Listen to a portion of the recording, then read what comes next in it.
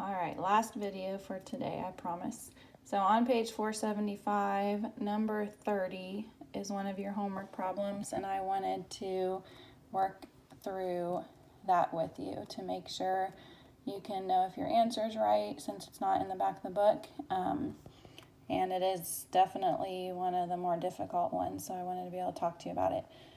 If you haven't tried number 30 yet, please stop the video, go try it, and then you can watch this after you have tried it, okay? So number 30 says a new dam being built has the shape of a trapezoid.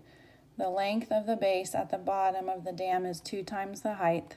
The length of the base at the top of the dam is 1/5 times the height, minus 30. So you're asked to A, write an expression to find the area. So area of a trapezoid. Okay, and then B asks you, they give you a height of 180 feet and ask you to find the actual area. So if you're wondering what the area formula is for a trapezoid,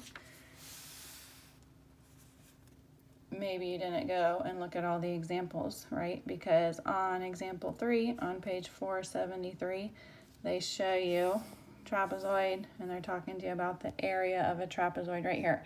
So write down that formula for the area of a trapezoid, and then we're going to start plugging in some information. So they gave us an expression for the area of they gave us an expression for the bases of the trapezoid. So they said one of the bases was this and one of the bases was that. So that's what these two B's here are representing, the one of the bases and then the other base of a trapezoid. So we're talking about bases of a trapezoid are the two parallel sides of a trapezoid.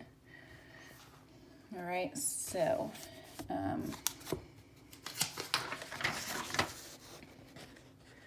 like I said, first thing I want you to do is actually write down that formula, and then we're going to plug in what we were told. So I will read that part again. It said the length of the base at the bottom, doesn't matter which one, you're just going to end up adding them up anyways, right? The length of the base at the bottom of the dam is 2 times the height. So I just went, I'll cover up the other part. I just went and plugged in for B2, I went and plugged into H. It's 2 times the height.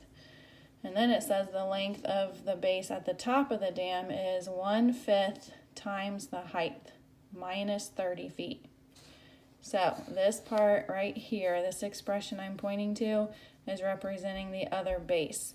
It says it's 1/5 of the height, so that's 1/5 times the height, minus 30. Okay, so again, the two sentences they gave you on problem number 30 were telling you what to plug in for the two bases here, and that's what I wrote there and there. So you'll notice that this all of a sudden became a problem like you were doing in lesson 8-2. We have a monomial times a polynomial here, right? See how there's three terms in here? So that's really called a trinomial because there's 3 terms in here. So like you were doing on all the other problems for this lesson, you're going to be multiplying out a 1/2 h times every term in the parentheses here.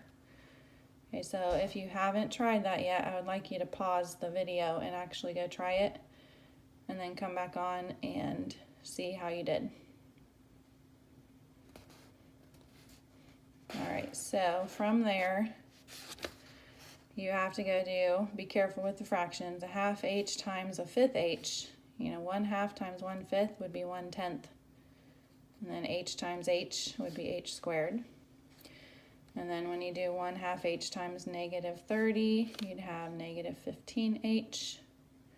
And then lastly, 1/2 h times 2h, you'd have 1h squared, because you have h times h. Again, so that'd be h squared. So almost done with this. Then you can still combine the two like terms here. We have h squared and another h squared. Those are like.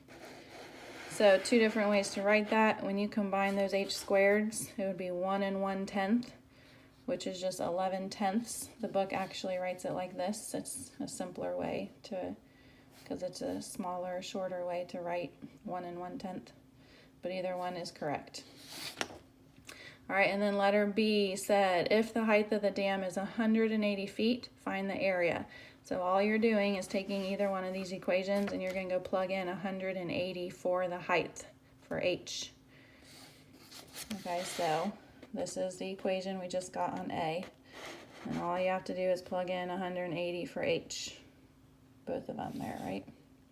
And you will get the area of the dam that is shaped like a trapezoid.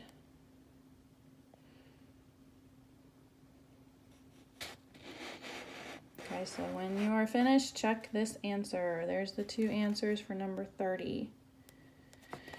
And you are given an area for your answer, so your label should be squared. It was feet squared.